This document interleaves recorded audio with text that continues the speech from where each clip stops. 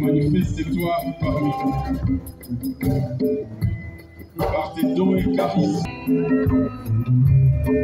Santo, kuzali na kosera kuyoka yo na kupa ya lelo.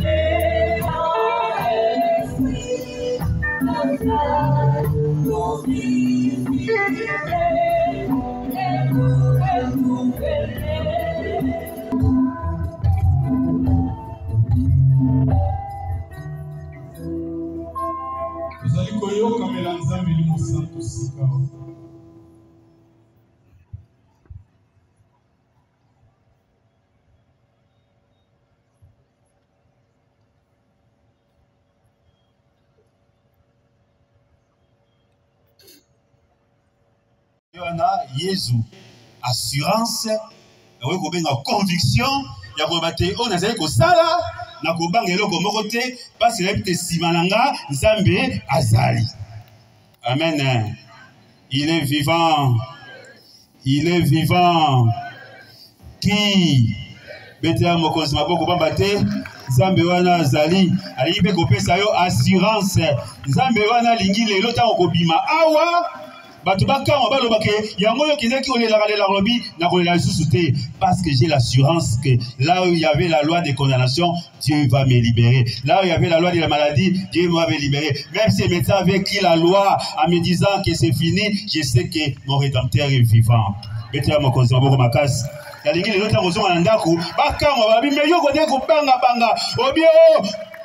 Papa, kobanga te, nzambe nanga, abi nanga, ye asala, akosala pe likolo na ngai. Soki asalaki na Yesu, akosala pe likolo na ngai. Soki abikisaki likolo ya Yesu, biso pe na libote na biso tokozwa boyambi. Tombo ya liboko, po ndima te Yesu wana. Si tu crois en lui, et bien Seigneur, merci, merci, merci. Toute ma famille avait une loi, grâce à moi, j'ai libéré ma famille. Amen. Tokei na thème na biso. Tu vois le bi, pardon, souci à l'élo, hein. Attends le mingi souci à l'élo kanga boy. Ba loi nyo se zali contraire ensemble na vie na yo. Ba loi nyo se ko empêcher l'élection na vie na yo. Ba loi no ko buka yango au nom de Jésus. Et tu vas mettre la loi de Dieu. Parce que ce que tu tali, Yesu déjà que tu as fongola kan zela. Tu comprends na matin Yesu a pesa ka biso ko déjà mot de passe. Ba batanga la Bible malamu. Ba komona yango na Colossiens 2 14 15 papa tanga biso. 2 Colossiens 2 14 15. Colossiens 2 14 15 na français là papa Zoluka. Il a effacé l'acte dont les ordonnances nous condamnaient et qui subsistait contre nous. Il a éliminé en union les clouant à la croix. Colossiens, aussi, hein? Colossiens chapitre 2, toujours verset 14 à 15, to tangi boye. Tozalaki na nyongo mpo ya mibeko toboyaki kotosa. Kasi apasoli monkanda mwa nyongo. Mozalaki kokitisa biso. Abaki mwango okuruze. Asilisi makasi mamilimo mya bokonzi. Mpe mya nguya. Ayokisi miango nsoni omiso mabato banso. Alongi miango na kuruze. Liloba lya Nzambe wana. La ligne avant kota matin ya ngai bisayo biso kutu lelo to leka Esther. Tozo Esther parce que histoire ya Ancien Testament mais biso abalobi na biso ezali na moto moko comme na nani Yesu babi nini ana sepela na verso. Il a effacé l'acte dont les ordonnances nous condamnaient. N'est-ce pas comprendre bien? Babi Yesu tant que na cause yango pour option yango assis à effacer, assis à fouti. Oh, yo peut-être l'être au talent, famille basi batekango, mais Yesu a vu sur les lots, à partir de toi, lui à la croix, il avait effacé, et il effacera, il effacera, il effacera. L'isolo dans le bac est outil Esther, Esther Zara Moulaï, n'a lingi pour comprendre, moquer Esther Azalaki Nani. Donc, premier point, contexte. Oui, ça va catéter tout ça. Bon, bon, la soirée na messe, ça va catéter tout ça. Va suivre verset, bah, bon, bah, venir au théâtre. Ceux qui va suivre verset, Amérina pour situer en go, dans le contexte d'ango. Si ma rôle na biso, pour na biso, tu veux kokanga, nidi. Amen, hein? Esther. Bah, Esther, ça va s'aller en botte na biso, bah, Esther. Esther, Azaki Moyuda. Pe bazaki na exil jiko bake ole bazaki na ekolo ya bango ya bayuda te kasi bazaki na mboka mopaya kasi Nzambe apesaki ye kitoko moko oyo kitoko wana na mokonzi ya ekolo te biso lo kokenza ba detail te tanga ngara placer moi si na ye biso na ye ekwe likolo ya Esther pe Esther akomaki lokola reine bate baponaki bazoki basi nyonso ya kitoko likolo Kasi na pour la parenthèse, beaucoup on a beaucoup barango. Là vraiment, beaucoup bango la vie na bino. Nzambe yara nzambe. Nzambe zamba mosusu oyo moto ako zalinga zali, zala moto moko te azanga kama nzamba pesi ko kotombola yi. Na fongi parenthèse na okanga yango. Ba parents oyo bazaka na bana baza handicapé ko négliger été. Il peut être handicapé motrice, peut-être des gens qui ont mon gongo moko, ou ceux qui ont développé un lobby à comme un moutoumouné. Oui, bah des fois on se souvient dans mon kilo, on va tout sous, bah comme un peu moutoumouné, aussi on voit go, c'est go. Azanani. Quand qui va na courage naie, na zambe naie, le logo c'est un bas moi no boya. Sarana. Alors Nzambe na bolingo na ye a ça été Esther malgré qu'elle pouvait pleurer même million de rosala trotel yango kolela raté malgré que tu peux avoir ce que tu peux avoir mais tu as quelque chose pour lequel tu peux dire merci à Dieu. J'aime la Bible quand il prêche cette partie là.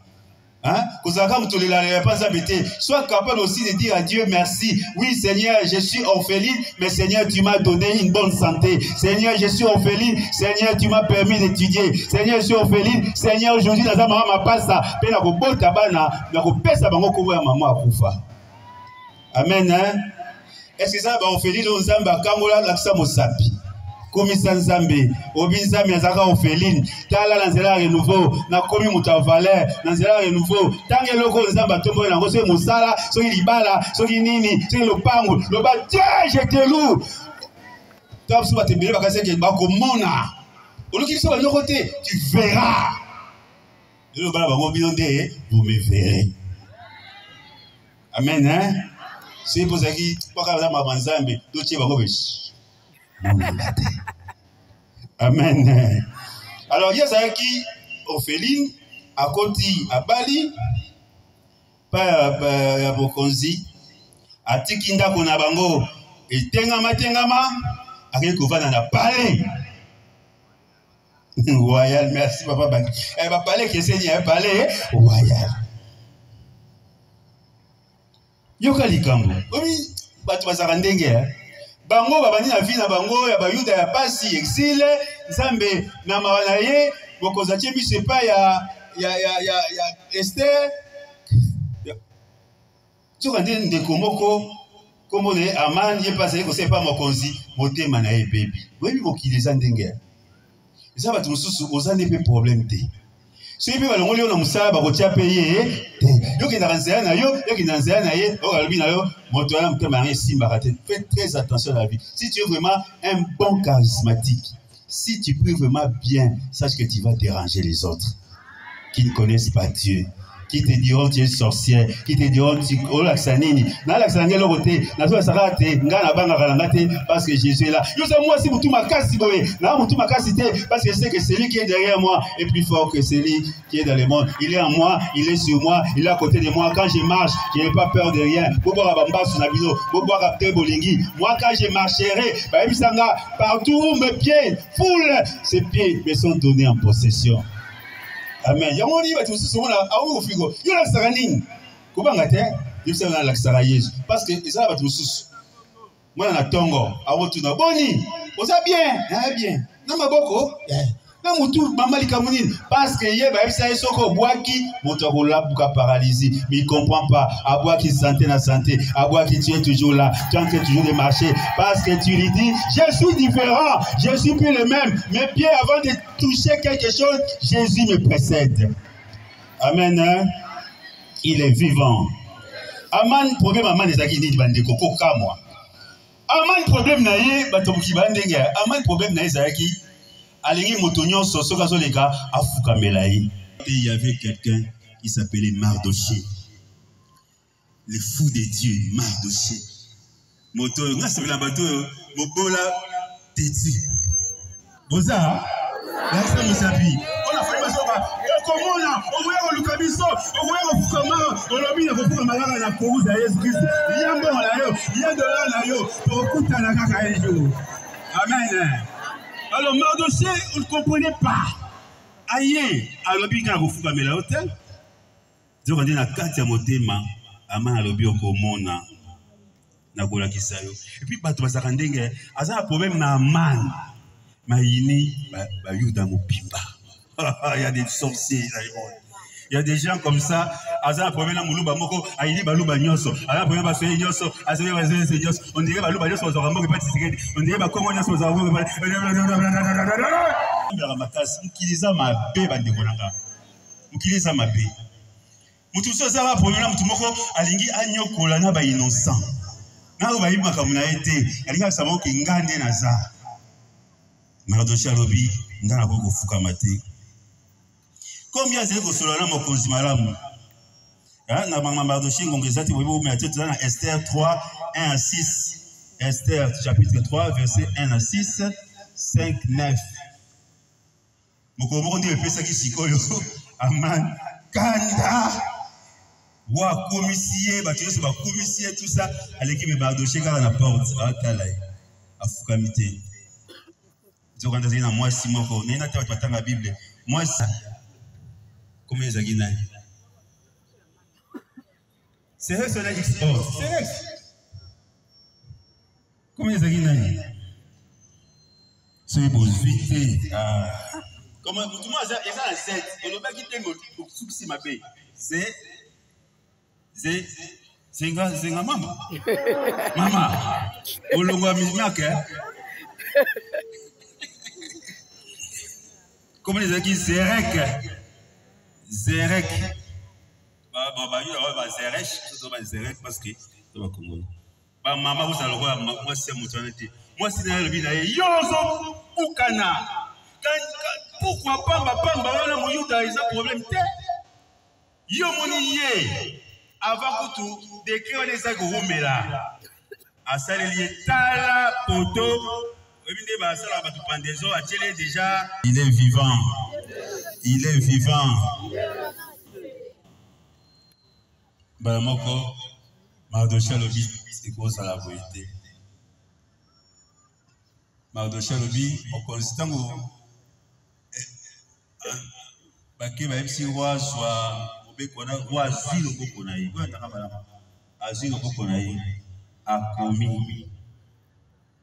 Azui caché contre Bayuda Nyonso, na innocent Babel Kamboté.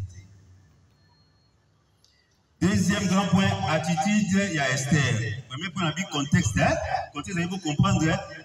Les Cameroun, tout le béalélo, et bandi wat na mukuse, et bandi batangani, na bapasi na bango.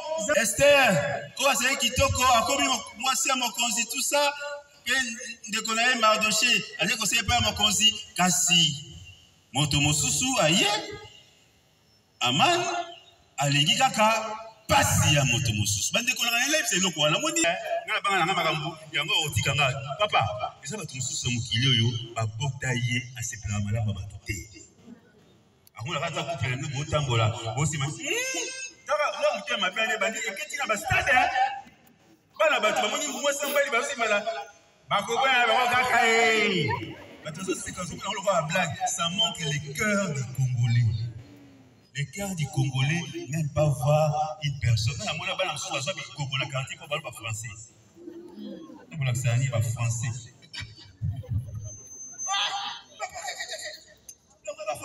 C'est-à-dire, il faut faire très attention. Les gens croient que tu auras des ennemis parce que tu es mauvais. Non, il y a des gens comme ça.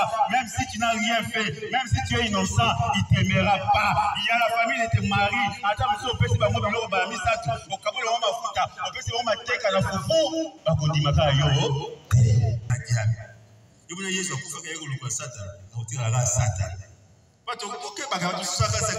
Mais c'est peut-être. Oui, la vie, comment on a un problème en conscience, vous en avez innocent.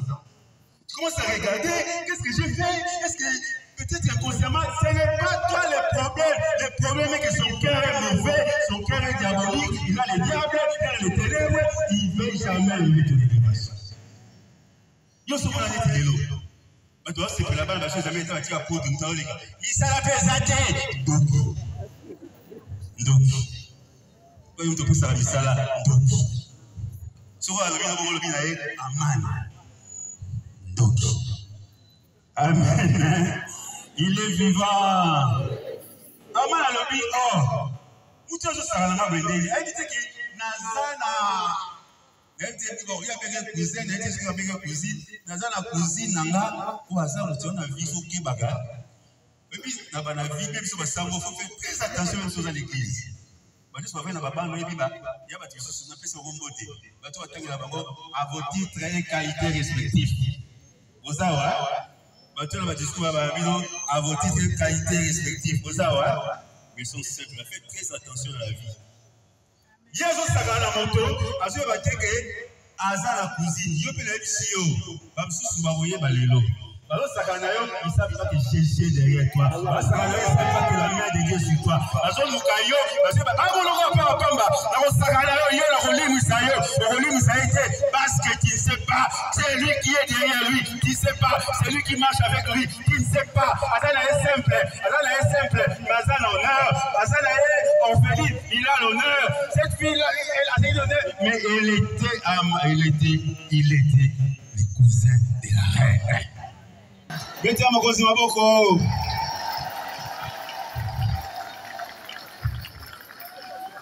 Amen. Amen. Donc, ayebaki ke akobanga bangate parce que yé na niveau na yebaki otala. Vous n'avez pas la Bible. Mais dossier avant de rien. So bana so tumbola. Azaka pesa ko tumbola. Là tu sous na vie ba kufa likola bana nzambe. Koza ma père, bokoma ba tous na famille hein. Ba koma ba paralysé, ba commencer nini parce qu'ils ont touché, ils ont vu l'extérieur, mais ils n'ont pas vu ce qui est caché en toi. Amen hein. Attitude à liboso ya Esther, écoute obéissance. Écoute obéissance. Boké barana vie. Mardoché avec le Konae Esther. Vous savez, nous avons des malédictions sur la vie Zali. Beaucoup de gens, vieux ça passe. Ils ne sont pas reconnaissants par rapport à ce qu'ils étaient avant. Il faut faire très attention. C'est parmi ma cause. Non, il y a des malédictions comme ça où la personne peut ouvrir lui-même dans sa vie. Pourquoi simplement il n'a pas été reconnaissant en bateau? Parce que Esther, tant ceux qui orpheline wana Mardoché pour beaucoup lié allez si assez seigneur so ba susu a komi reine so ba susu nde awangani Mardoché anga wanganai donc amawanezi ba famille mususu yo surtout ba bazalaka aye libala aye na baleki par exemple ensuite tango boko na baleki bana ba ya après akomu kolo ba oyoye ba nibleki nae ba wangani comme le roi moto azanga bandeko alors que na Kinshasa awa bana na écoute ba yeko boka après baza amo bana yo benga téléphone so go benga téléphone tu nega sangonini quoi qu'est-ce qu'il y a j'ai pas d'argent nana biso que pour sambon. Faites très attention au téléphone. Peut-être la personne est appelée c'est pas pour le téléphone, il veut seulement savoir que j'ai un frère à Kinshasa, comment il va. Même dans ma bala oyo moi, si vous négligez, moi, c'est la landa quand vous avez étudié, vous avez chassé, vous avez chassé, vous avez 5 kilos. Il y a Soukal. Des gens qui ont vécu. Il y a Yosé Maramoté, Roger Yogo, Yosé couverture, il y a papier ciment. Sacha Sicrière. Et puis, il y a un bonbon, on va tirer le papier, on va tirer le et puis, nous l'ongos. Nous sommes tielo ma soupe d'abata ma soupe pardon parce que tiela yo soupe ya ngulu na lipa lipe le bikabe gweza te mungu na mungu aba zwe amen kobo sana bato ba sala yote amen. C'est même sur le plan spirituel. Vous savez, moi je peux être là Nathan mais j'ai des prêtres qui sont passés dans les nouveaux avant moi, des abbés Jim, des abbés Noël. Non, dans la vie, si tu veux aller loin, sois capable d'ouvrir ta porte, tes oreilles à celui qui t'avait précédé. Je peux être ce que je suis, mais je sais que pour y venir au renouveau, il y a quelqu'un qui m'avait prêché. J'étais assis, il m'a prêché. C'est un frère, il y en a un frère abbé. Ici, nous sommes frères. Ici, je te donne même mon texte pour corriger. Ils sont des frères. Alors, Mardoché, quand on y est, alors, Nazara pose intervention. Abi Yanini Yaya.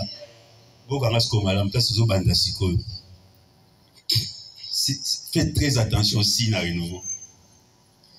Esther, azali moto ayebaki nzambe mwana ba Yuda tout. Tant a commis reine, a bossé même contact na ba Yuda parce que Mardochée a raconté, Esther ne savait pas. Et tout ça comprendre. Faites très attention, j'ai béni toutes les personnes qu'on a vu, bango na ba qualité tout ça, mais qui quand ils attendent que tous dans la campagne, ils sont là parce qu'ils ont compris que ce n'est pas la richesse qui va nous séparer de l'amour de Dieu, ce n'est pas la voiture qui va me séparer du renouveau, ce n'est pas le voyage qui va me séparer du renouveau. Il sait que j'ai un rendez-vous, chaque année j'ai un rendez-vous dans ma paroisse parce que je sais que ma source c'est le renouveau. Azaï qui règne, a comme il y a un palais, a comme il y a un collier à biloko baliaka. Il y a un Congo qui a un poani. Nous tous banda bota maruta na bandundu. Ali a dit misili. A comme ministre a eu un sabatu au plafond ou alia chou. Il pour me tourner quoi? Ça c'est quoi? Oh chou. Et ce mec Boboto.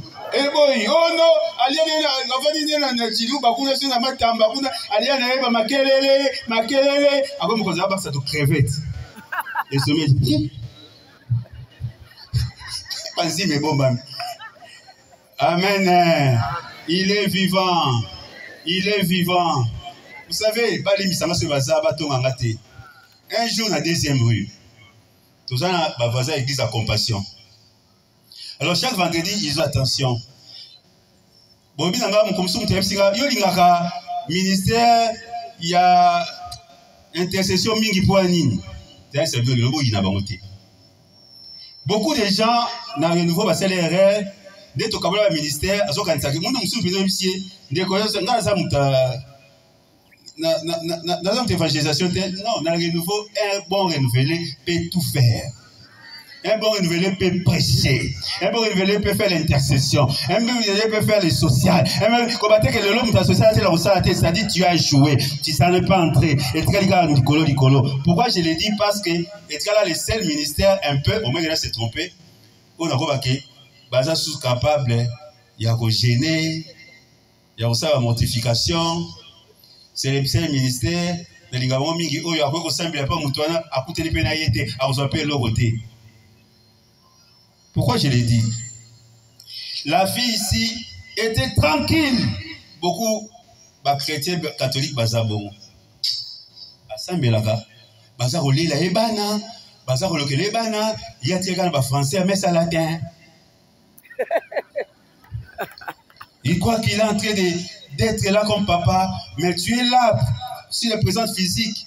Tu es là tranquille et puis ça va kanda moi ça comme la sambali le roi Jésus là na boîte ou papa vous la boîte il ne va pas que ça ne va pas. Vous savez ce que le diable fait dans la vie de quelqu'un en premier lieu, c'est-à-dire la personne commence à aimer même ses difficultés, la personne commence à aimer même son problème, commence à donner la justification bon que ça va boîte ça ani et bien sur la race bon que ça ani, ça c'est le diable. Quand le diable commence à entrer, ça commence même à te pousser à aimer ce que le diable a mis en toi. Tu vois la situation de tes enfants, tu dis que c'est normal. Qui te dit que c'est normal? Ailleurs, ça passe. Qui était normal? Ailleurs, Dieu agit. Toi, tu n'agis pas. Aujourd'hui, c'est normal. Il faut faire très attention.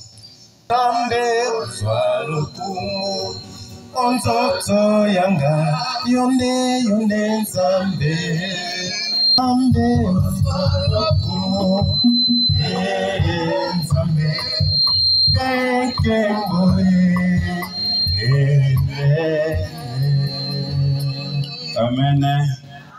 Amen. Il est vivant.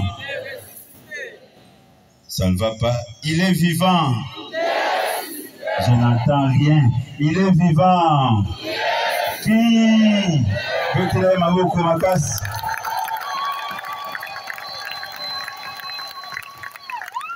Amen. Gandanga madame prestation mimayo. Nga lelo nazala kwa Mardochée, nani que vous rappelez yo origine na yo. Ça rappeler, hey, attention, ma petite sœur, ma cousine, n'oublie pas, malgré ba parler oyo, malgré nyoso oyo, aux juifs. Quand on rappelle, malgré, n'oublie pas, tu es catholique et charismatique. Regarde ta maison. Si le Seigneur allait en Dakuna Lelo, il y a un charismatique ici. Ok, même dans Sango, ceux qui ont la vie dans la Sango, est-ce qu'on saura que je suis aussi charismatique? Je sais que ça aime bien, hein? Renouveau. Amen. Il est vivant. Dans un système, on a le hey! Dans un motomo quoi, Zali Awa. Oh, ceux qui sont pambolier, n'oublie pas tes origines spirituelles. N'oublie pas tes origines spirituelles. N'oublie pas tes pères spirituels. N'oublie jamais que tu es du renouveau. Alors, la situation, Ndenge Isaïe Koleka, Ayoki, Abi n'a été que yo, Makam n'a bien été l'ingalité, dans la commune n'a bien.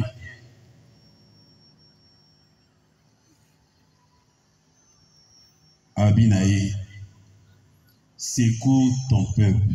Amen.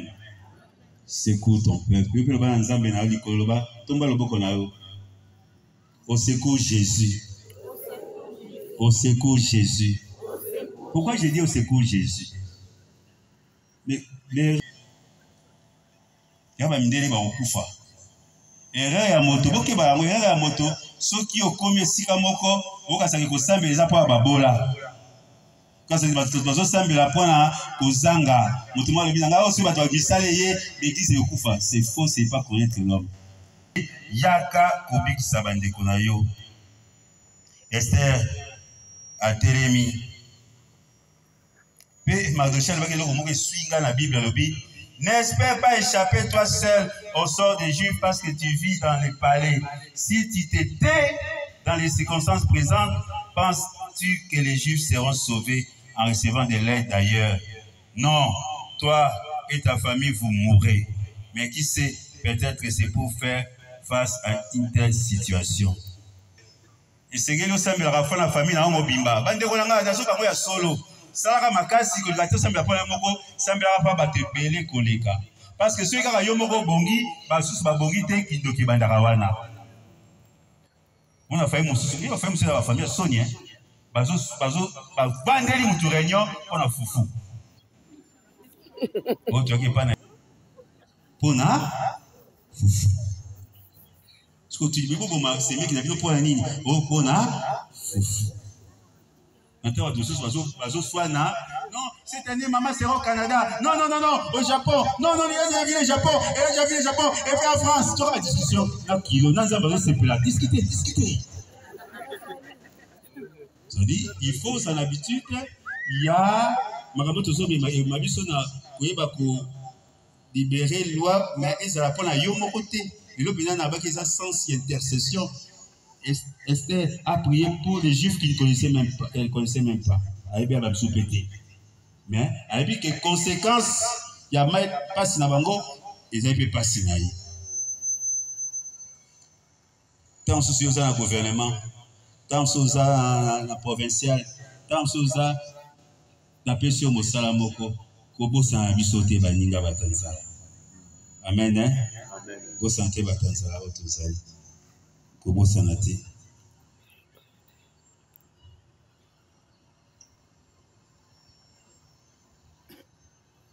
Alors, il y a un point ami dans ce qui n'a pas été ok, n'a pas souka. Attitude d'Esther, première attitude n'a pas écoute, obéissance à Tossi. Tant à Tossi, réponse à Liboso, Esther à 16 lignes. Ouais, n'a pas mal. Boso Esther à Bangui. Pour la ligne. Parce que roi a dit qu'il faut faire Koualobi, à la sixième année, on a posé la tranquillité, Moutou a tout dit. Otobimsara awa to sangani boy eza jeté ba mindele ba tuko to pa vachana poto ba mindele tilelo ba componateur ba koka kongo ngotindengeni ba so ba kongo eza faible mais il n'arrive pas à appliquer les plans dans ces pays boy bango ba ba organisation ba bango kala mais ba moko so tuyi bende ba bi biso moko to saraso to sei calcul éducation et gosimba mais quand on est sur terrain nous comprenons pas que ça ne marche jamais. Nous savons qu'il y a quelqu'un qui est derrière ce pays, qui est Jésus. À Bangui. Mardoché a zongé les sous. Qu'est-ce qu'il y a? Comment tu peux oublier tes frères, tes sœurs? Oyo, Bazali, Bakokufa. Esther a télémi. Bon, on a bien. A sali otobengaka détachement na préparation spirituelle. J'aime ça en français, la Bible. Esther accepte de quitter sa zone de confort. Itumba nyonso babunda ngo ne lamba nzoto te ya batu susu pona bunda be fa longo le lamba.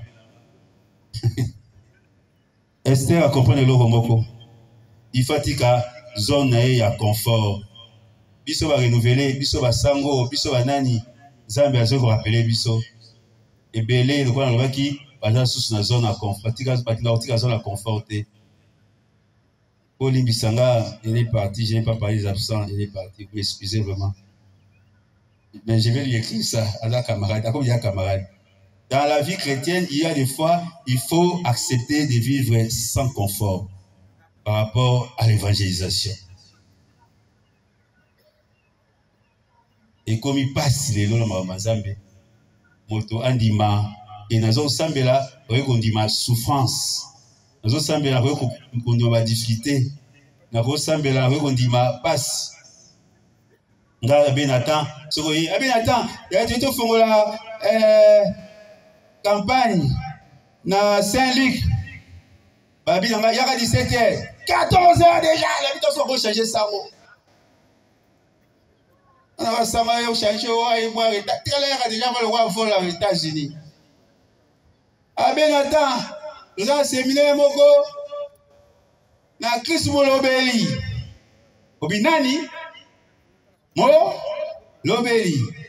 En tout cas, on va voir bien. Amen. Esther a dit qu'il confort naï. A dit qu'il va bijou naï. Babi, na batonyo soisei na bango, ba quotidien. L'entendez bien. Esther, son combat au tozo le ba toke na mona suka. Au sarere, monsieur tout ça là. Et bien les omonawa. Félicitations. Je sais que les transports sont difficiles. Hein? Peut-être vous aviez l'idée des transports difficiles. Ils ne viennent pas seuls, avec les enfants, la femme. Faites très attention. Il y en a qui ont vie. Bazo Bundabango Moko, Batiki Baninga Moussousou. Babi Esther, bien que vous posé problème, la population au Bimba, la tissa qui va gêner pendant combien de jours? 3 jours. Toké Baranelo Kouana Bandeko. Pendant qu'on a vu ce belé, tous au bon gâté pour la ligne. Pour l'imsien, ça doit vérité moussous. Maman, il y a un nouveau Sambeli, Zambe Sala, Zambabia, Nyongtumura, Nyongabimi, $300 Oyo. Voilà comment Sambe a raté à quelqu'un à Zokisi Moutou. Bakangi la police, ce petit qui va bien, maman Doki, $300, il y a libération. Oh, nous sommes Zamba Pessi, na gauche, et Bibi na droite. Mama Izambe, Saïsanga, mobile nanga pesa, kaka $40-70, musala sentinelle, Zamba lobi, benga na mobile na te, pesa na nuye, tapso soko pesi, abi abongo na mutema, te, yako ya campagne te, luka bongo. $70, patron, à la mouki malamu, ami ko pesa 700. So il y a mutu na 70, ayaka kwiti ya des verres. Na 700, a resomba tono, a dindi na kati. Mais là, un tige. Faites très attention. Il faut mais il faut bâtonner sur ma côte parce que sur ma quantité et si quand les alliés vides et comme porte d'entrée pour que les diables exercent. Yo maman sambela yo moko l'église. Yo sambela na renouveau. Eli mo santu yakae, eli mo santu yakae yakota bima, bim, bim, bim. Yo biyaka ya zoba, bim. Eli mo santu zoba tina kota. Et on dit en blaguant, mais faites attention. Faites très attention. Il ne faut pas chercher à se sauver seul. Il faut chercher à ce que tout le monde participe. Si vous avez un peu de sambela, vous avez sambela. Vous avez un peu de sambela, il y a un bongi. Au sambela, il y a les maracas. Au sambela, il y a des problèmes. C'est mauvais. parce qu'en ce moment-là, la chaîne, quand on aura la chaîne de prière, tu vas renouveler chaîne de prière. Ce qu'on a baby si chaîne, nous sommes au Nyoso, et baby parce qu'ils ont circulé. Je répète, les renouveaux, c'est le message du Seigneur. Le Seigneur nous dit pourquoi nous avons oublié toutes les activités qui nous amènent à oublier les conforts. Pourquoi nous sommes capables de dire que sur là, les toko. Pourquoi nous sommes capables de dire que là, la pelouse. Pourquoi nous sommes capables de dire que nous sommes sika. Pourquoi nous sommes patron. Ma parole sur sauter. Ma parole sur sous. Avant de ressemble à l'endroit pourquoi tout nazara wap. Est-ce que la condition? Il faut que les aïeux vont être tokeba, to baby si renouveau. Les renouveaux c'est pas égal confort. Les renouveaux c'est un missionnaire. Il peut aller là où il veut. Nous dans la bonne appeler ça enveloppe à Kokende. Parce qu'il sait que le Seigneur lui a donné, c'est gratuit. Il donnera gratuit. Il ne va pas choisir les visages. À côté là, on appelle ça raté. À dire que oh nyon soit azali moi na nzambe. Amen hein. Toke banango. Ba couple belé va s'embêter ensemble l'été. Programme coutu ya losambo ekufa. Parce que Sanzambe temps exacté. Bazaki na télévision ya Ukonga Koba, ça m'appelle ce bango et plat boba plat. Plasma. Écran plat et bengana Jésus. Les gens sont capables dans une maison. Vous savez pas, c'est que vous perdez. Ils sont dans une maison. Tout ça pendant mois de mai. Il y a Maria, mois d'octobre Zarani. Rosé, ça combien de chapelets? 4 hein? Baza est capable de faire chapelet à Moulaï, mais Baza est capable de faire la 4 heures à Novelas. Novelas, c'est coupé Sarayo, ni. Après, tu as un bébé, et puis tu as un sango.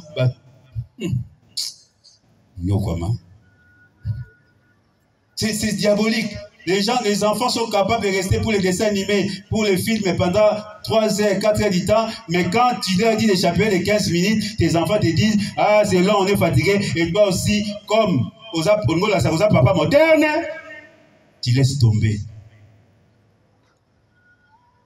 Je vous dis, si tu es trop cool sur le plan spirituel avec les enfants, ta maison va couler.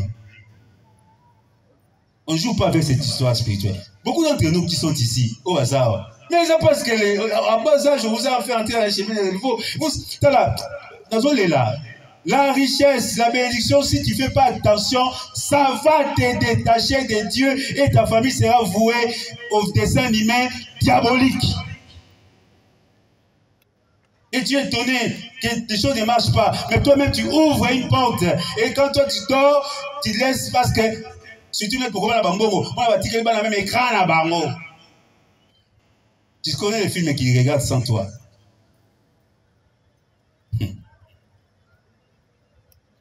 Soyez encore capable de dire, nous avons à manger, nos enfants, ils ne vont pas mourir, nous allons faire un jour de prière pour ça. Et pas parce qu'on manque à manger. On a mangé, on le fait pour... C'est pourquoi tu es mis faible. Vous pouvez arrêter que parmi Bolimisa, peut-être que parmi péché à chair, un des moyens de mortification, c'est les privations des gènes. Quand quelqu'un s'est privé d'y manger, il est aussi capable de résister devant la convoitise de la chair. Parce que c'est une mortification. Il s'est mortifié à lui. Quelqu'un qui est déjà libre, il y a parce qu'il n'a même pas la force de résister par rapport aux tentations de la chair.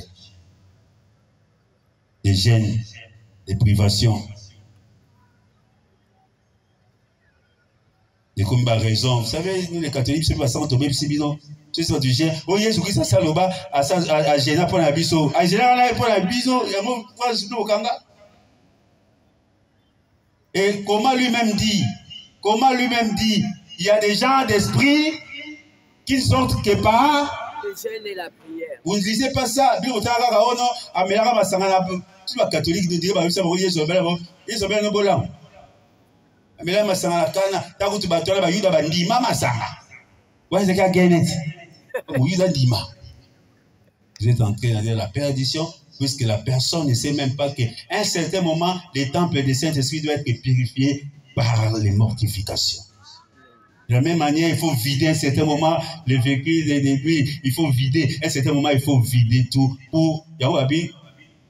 Parce qu'à ce moment-là, l'homme montre que le pain peut rester, j'irai simplement avec le contact, avec la parole de Dieu pour me purifier, pour me donner la force. Et quand le malin sera là, je suis capable de résister, je suis capable de me battre. Donc, on dit en gros, combat spirituel.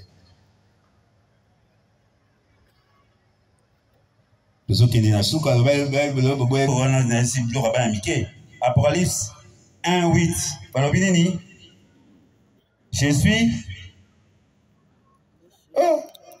Je suis l'alpha et oméga, dit le Seigneur, celui qui est, qui était et qui vient, le Tout-Puissant.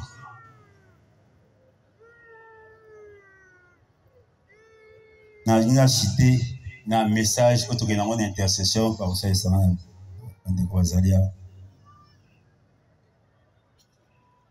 Si on a dans prière, il y a là c'est au chité, parce que juste autant dans sa vie Esther, tout ça, ils ont chité wapi. Ils ont joué un rôle, il y a Esther. Peut-être que tu es le seul dans la famille qui connaît Dieu, qui a encore des yeux ouverts. Dans la famille, mais toi, moi, tu as compris que sans Dieu, la famille n'est rien. Peut-être que dans la famille, responsable et tout ça, mais toi et moi, vous avez compris que sans Dieu. Vous savez, il faut parler à vos enfants la vérité. Surtout quand tu es béni là. Dis à tes enfants, c'est que tu vas là, ça ne vient pas de tout ce que j'ai comme intelligence, tout ça. C'est parce que Jésus est avec moi. Et la richesse la plus grande que je vous donnerai, c'est Jésus. Comme ceux aventuriers, ils vont vendre à bas prix, ils resteront toujours pauvres. Et tes enfants vont encore rebâtir, parce qu'ils ont volé les biens, mais ils ont oublié de voler la source qui est Jésus qui bénit. Amen. Hein? Oui, jamais oublié ça. Il y a un oui. C'est lui qui était, qui vient. Ce que vous avez écouté dans l'Ancien Testament, et ce qui est dans l'Ancien Testament. Et ce qui est dans l'Ancien Testament. Il y a première condamnation à moto, dans aussi ça va, dans les condamnations au moto. Oui, non, mais là, parce qu'on devait pas le condamnation au moto, hasard innocent, c'est-à-dire à participer, mais à Koutani dans ma kabobongo. Moi, j'ai rencontré dans ma vie un garçon qui avait des problèmes. Les problèmes, c'était quoi? Simple. Simple, tout ce qui va faire. À Tangi classe, Nambongo, Noko Naye, Azaki médecin, Azimbongo vaccin. Imaginez, Azimbongo vaccin, à Yibi, à Teki, à Tungi Lupango, Yango, à Kobo, à Yango, Bandeko. On va dire que c'est une possibilité. C'est une possibilité. Quand Adam et Ève vont aller dans le paradis, si on croit déjà qu'il y a des maladies où tu n'as rien fait, on te dit que tu es diabétique, tu es ceci, parce que tes parents ont été diabétiques, c'est une loi qui revient. C'est-à-dire, c'est une loi, c'est-à-dire au nom du sang, il y a une réclamation de ta maladie diabète, de ta maladie cardiaque, parce que c'est pas la médecin qui dit, oh non, osa, il y a un terme prédisposé. Aujourd'hui, on veut seulement te dire ceci.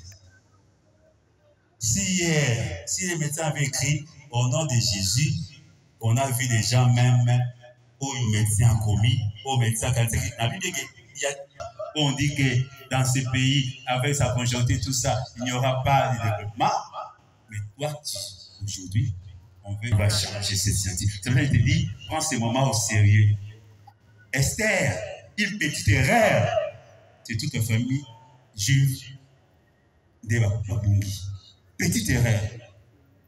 Parce qu'à un moment donné, le roi, avec ce qu'Esther a dit, mais aussi, même moitié. Et s'enrichir elle-même, il y a bongi, mais c'est la ligue, si il faut comprendre que ce n'est pas par hasard que tu es ici. C'est pas par hasard. Peut-être tu crois que tu vas te dire, on a comme un renouveau pour un nid. Il a comme un renouveau pour moi. Non. Tu dois jouer un rôle. Tu dois jouer un rôle. Tu dois jouer un rôle. Tu dois déchirer. Tu dois déchirer un décret. Tu dois déchirer une parole. Il y a comme si vous Afrique, ça veut dire que les Afrique. Quand vous comprenez que en Afrique, il y a un pays qui peut sauter. Au moins la moutou, ça va chasser dans le village. Mais ça va la flèche. Flèche, on va sur la flèche. Chaque opportunité est unique. Il faut d'abord que le diable enlève cela. Et là, Dieu ne vient, je vais terminer par là, Dieu ne va pas t'enlever cela. Donc, tu vas comprendre. Dieu ne t'a pas à Lazare. Dieu ne t'a pas Dieu est capable d'opérer chez toi. Tu verras que la foi, Boyambi, tout dépendra de ton cœur. Il te dit sors, et tu sortiras, tu marcheras pour la gloire de Dieu, et tu diras aux gens, moi je n'avais enlevé que la pierre, le reste c'est lui qui avait fait. Totalement.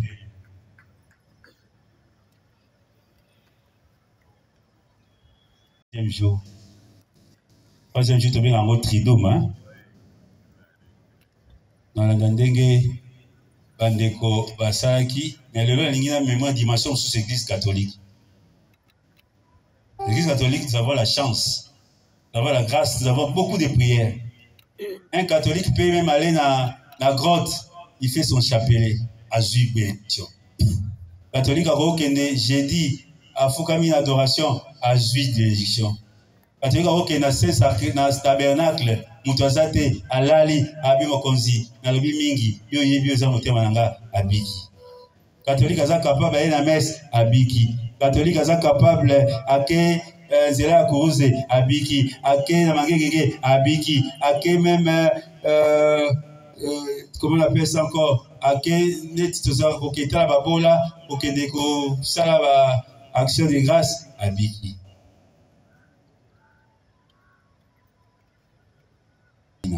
Nabinayo, Esther. Problème Esther Zayaki, Missa Kokangama. Elle ne savait pas qu'est-ce qui se passe autour d'elle.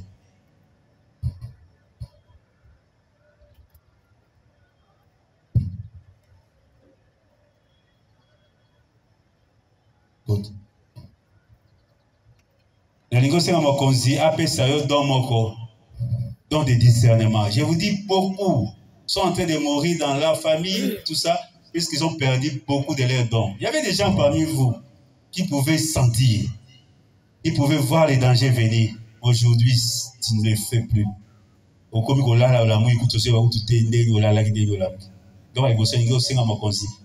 un don spirituel dans le Père. Donc, on va beaucoup.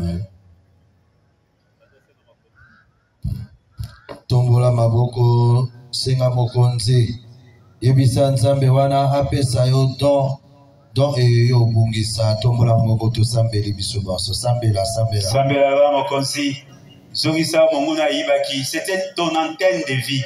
Vous savez, tu peux pas aller loin, tu peux pas avoir des images dans ta télé s'il n'y a pas d'antenne. Le Seigneur vient te visiter en ce moment. Que le Seigneur te donne ce que tu avais perdu en ce moment. Senga mokonzi oyo bungisa bataleta yo bungisa yo motolo bakala mokonzi nazalaka na chance nazalaka na likabo ya force nazalaka na don ya parole nazalaka na don ya conseil nazalaka soki na pesi moto conseil soki na lobi likambo ekokokisama na perda don wana na perda sagesse wana na perda courage wana ngai moto nazalaki moto azalaki ya audace nazalaki koaffronte makambo ndenge na ndenge lelo nakoma moto akobanga nandimelaka lisusu mokonzi te makambo nyonso nabungisa wana nakosenga mokonzi ezonga likambo ya courage Esther akendaki koaffronte avec courage je suis la renouveau j'ai peur on a bossé à mokonzi zokisanga likambo wana ya courage likambo wana ya courage oyo ekimanga likambo wana ya sagesse don wana ya conseil don wana ya guérison nazalaka nazalaka na nzambe te aka nazamba meno te soki nasengeli moto akobika nona kosambela likosela lisusu te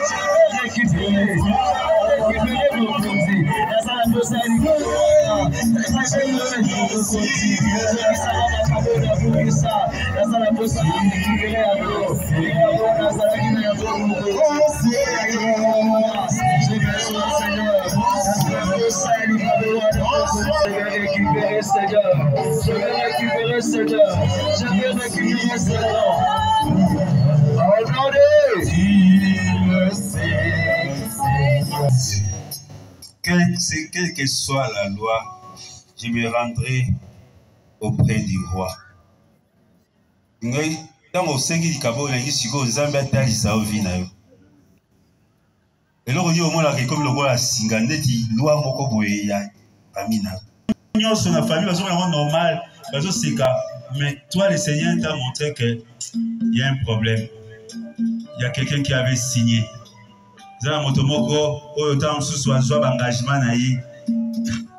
Peut-être des alliés, et là, normal, mais toi, tu es capable d'arrêter le soleil. Toi, tu es capable de transformer une situation. Toi, tu es capable, comme Todo qui n'aurait pas Esther, à Kangi, où ils ont papier, et comme Maliwa, papier changé. Donc voilà. Na totali awa na akoma pendu beka kotana vie na bino aliki yo moko otala yango otala nini oyo ba que ça ne va pas oyo ba que non mais c'est la paix. En tout cas ici je me dis il doit y avoir quelque chose qui nous échappe. Tomba maboko na osiko na signe na croix lobi na biso tout est accompli. A accompli. Il a effacé l'acte dont les ordonnances nous condamnaient. Il a effacé ma parole, ma loi, tout ce qui était mis dans la famille, dans les noms des personnes, dans les sens qui étaient comme des actes, qui étaient comme consignés, que le Seigneur en ce moment a établi ça. Quels sont les décrets à niveau tanayo ba décréta nini para bino atamoto abali na ba babala te basandenge moko ba babota na ba babota te basandenge moko ba basala kana ba basala kafte basandenge moko. Où est cette différence au Sambalobaki? Esther Alobite avec quelle que soit la loi, quelle que soit, peu importe la loi, prends aussi courage à la soeur, prends courage à mon frère, peu importe la loi établie dans ta famille, toi tu dois sortir.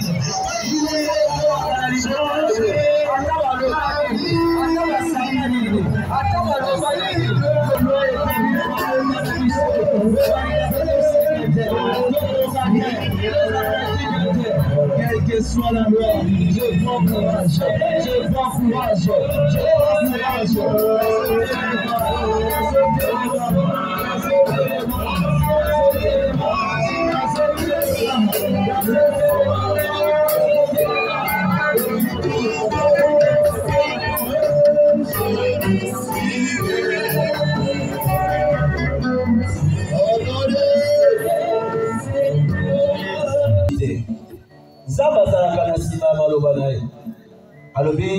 en mon nom, vous allez accomplir les grandes choses.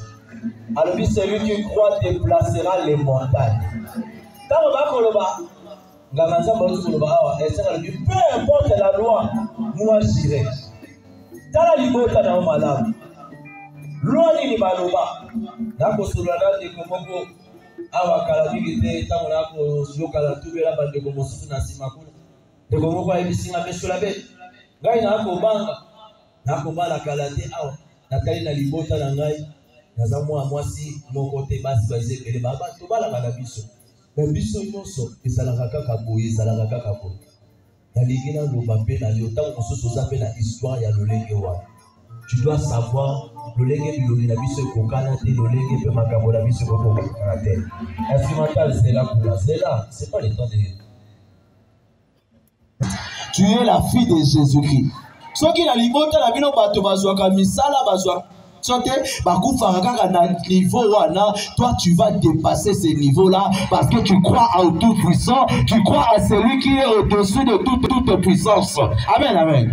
Yango sikawa okozwa pouvoir ceux qui battent tout bapesi dans c'est sûr que pour aller kola na maté ya malamu nganga nzamba bapesi exemple moko na ba forêt bato bele bakola na mboka bayebi bato bi bagenda na zamba bayebi okomona moto akobelela bilima ya mai bilima ya ba sirène des eaux de forêt de nini pour basalela ye makambo atiki ba flèche ebeta esala yondo za awa oza pe na nguya wana tu peux commander les anges et les anges descendent yo sikawa okozwa nguya okotelemela baenyoso batelema ba décréta wala tu vas abolir ba décret nyonso oyo chabino na limitation oyo chabino kaka na kolelaka lelaka ozo décréter ozo abolir yango ozo anéantir yango ozo bebisa yango na kombo ya Yesu ba décret nyonso wana oyo metela kabino na kolela oyo metela kabino na pasi peu importe la loi nazali ko détruire yango nazali ko anéantir yango nazali ko abolir ba loi wana oyo elingaka toseka te oyo elingaka tokende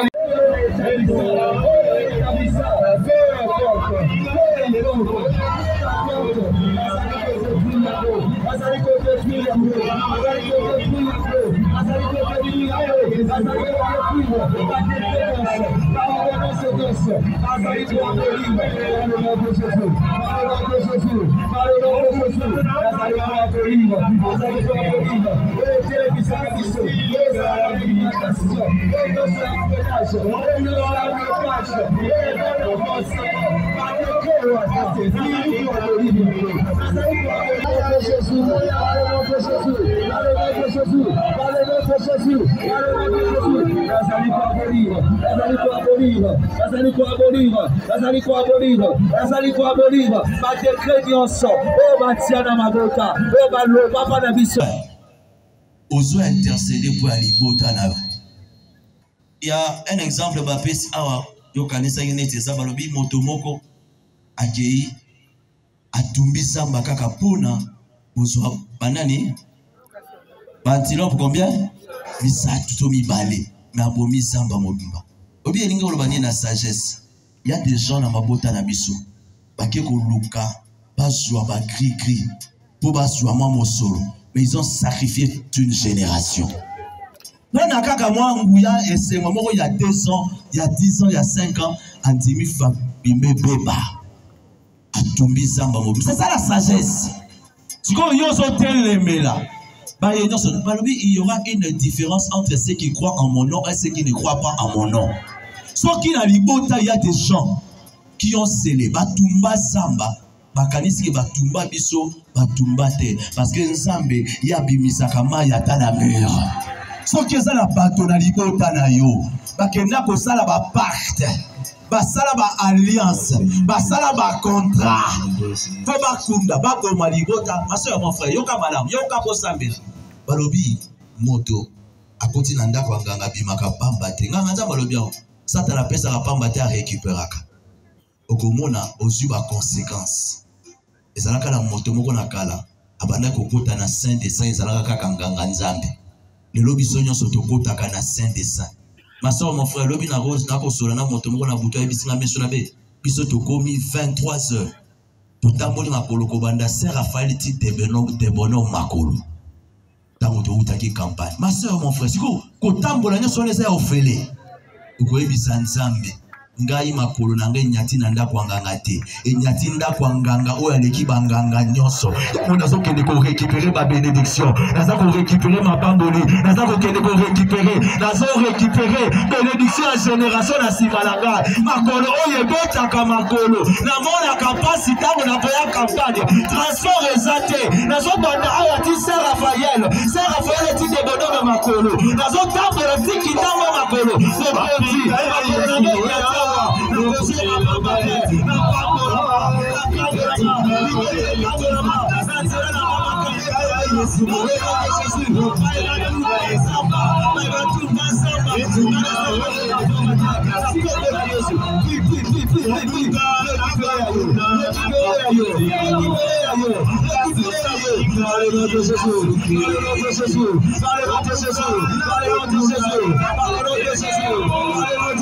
Jésus. Par le nom de Jésus. Je récupère ce qui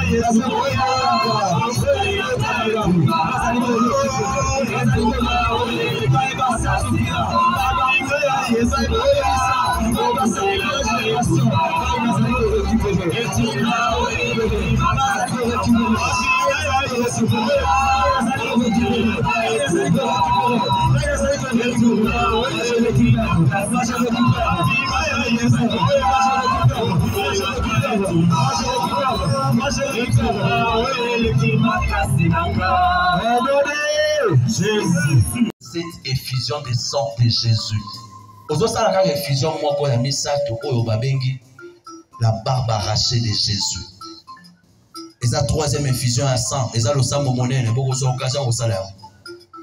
Yesouana, on l'a arraché la barbe. C'était la troisième effusion. Et on a besoin d'une effusion de sang. On l'a arraché la barbe. Sur le temps dans Ésaïe 50, verset 6. On l'a arraché la barbe. La barbe dans l'humanité, ça veut dire quoi? Chez l'homme, la barbe, c'est quoi? C'est la dignité humaine. Babili et mandef, babindi et mandef. Tu sais pourquoi? Parce qu'il savait que dans ta famille, il y aura des gens qui vont sacrifier. Yamoye andima baboto la dignité pour yo soit dignité. Yamo kokene kopele la makila ya elonga. Ozo récupérer dignité na yo. Obayiba yo na mosala. Obayiba yo na famille. Ozo récupérer yamo par le nom de Jésus, par le sang de Jésus, par le sang de Jésus. Récupère ta dignité. Récupère ta dignité par le fusion de sang, par le fusion de sang. Sois makila na Yesu. Elonga la makila.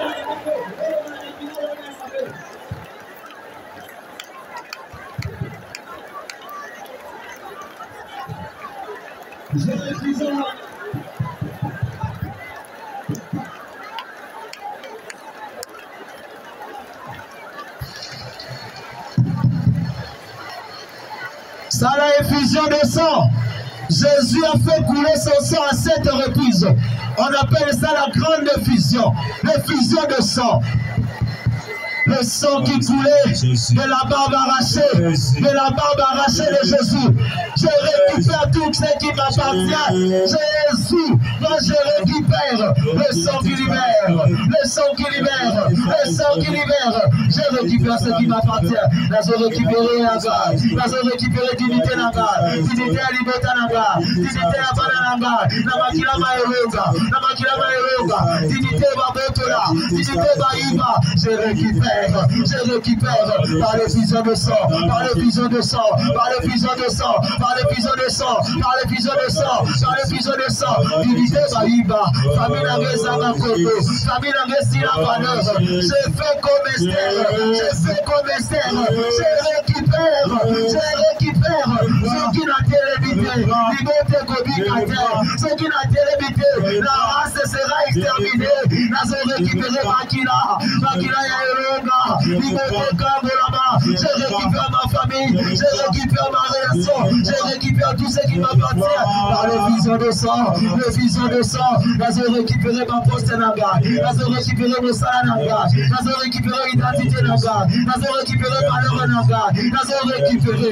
par le sang de l'agneau, par le sang de l'agneau, par le sang de l'agneau, par le sang de l'agneau, par le sang de l'agneau, par le sang de l'agneau, par le sang de l'agneau, le sang de Jésus, le sang de Jésus, le sang de Jésus, le sang de Jésus, le sang de Jésus, je récupère, je récupère, je récupère, je récupère, je récupère, je récupère, je récupère, ma dignité, la dignité de ma race, la dignité de ma race, la dignité de ma famille, la dignité de ma famille, la dignité de ma famille, la dignité de ma famille, je récupère par le sang de l'agneau, le sang de la victoire, le sang qui guérit, le sang qui guérit, le sang qui guérit, le sang qui guérit, le sang qui guérit, le sang qui guérit, le sang qui guérit, le sang de l'agneau, le sang de l'agneau, le sang de l'agneau, le sang de l'agneau, le sang de l'agneau, le sang de l'agneau, le sang de Jésus, le sang de Jésus, le sang de Jésus, le sang qui purifie, le sang qui purifie, le sang qui purifie. Je récupère ma dignité, le vol à Esther, la télémie, Gaïd Esther et la famille Naga, Gaïd Esther et la liberté Naga. Je récupère ce qui n'a télémité, liberté Kobeba, ce qui n'a télémité, Makabo Kobeba, la Keiko récupéré, la effusion à Makila Mayeuse, la récupéré à Makila Mayeuse. Ma soeur Tanda Maboko, Batela Kimia Tanda Maboko, mon frère. Intercesseur, intercesseuse de Salam Salam. Il y a seulement Toko Sugi Sawana.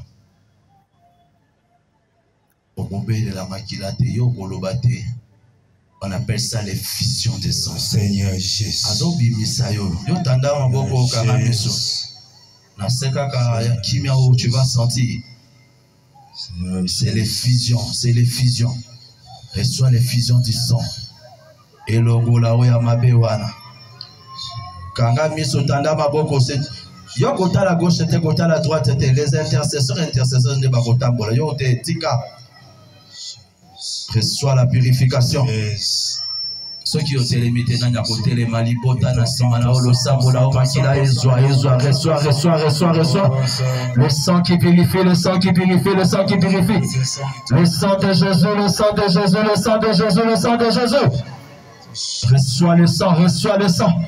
Ils ont purifié, ils ont purifié, ils ont purifié. Sois sanctifié, sois sanctifié, sois sanctifié. Des automnes. Je sens la présence du sang de Jésus, le sang de Jésus, le sang de Jésus, le sang de Jésus. Banaba Israël, Babom, Mamakina, Makila. Tant de malheur et les gars qui frappent, qui bangotent.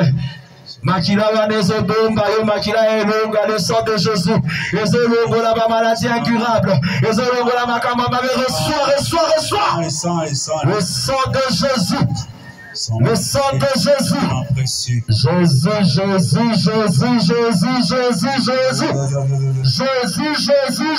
Jésus. Yewana zoto di salabakila. Makilezo salavosala. Makilezo salavosala. Makila vosala. Reçois le sang de Jésus. Reçois le sang de Jésus. Reçois le sang de Jésus. Yewana zo purifié. Yewana zo purifié.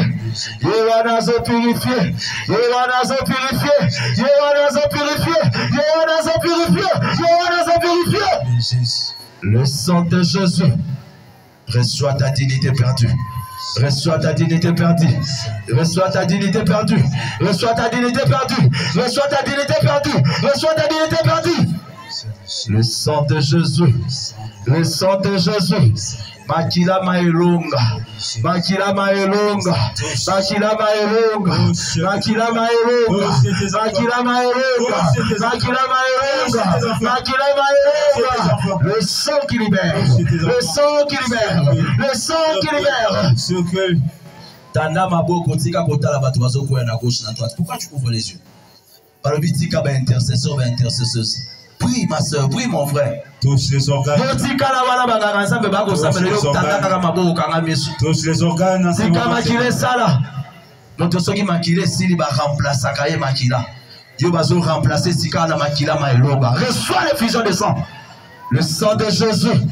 Le sang de Jésus. Le sang de Jésus. Le sang de Jésus.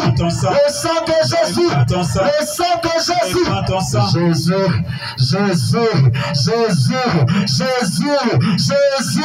Jésus. Reçois son sang. Reçois son sang. Yagowana, Yamba.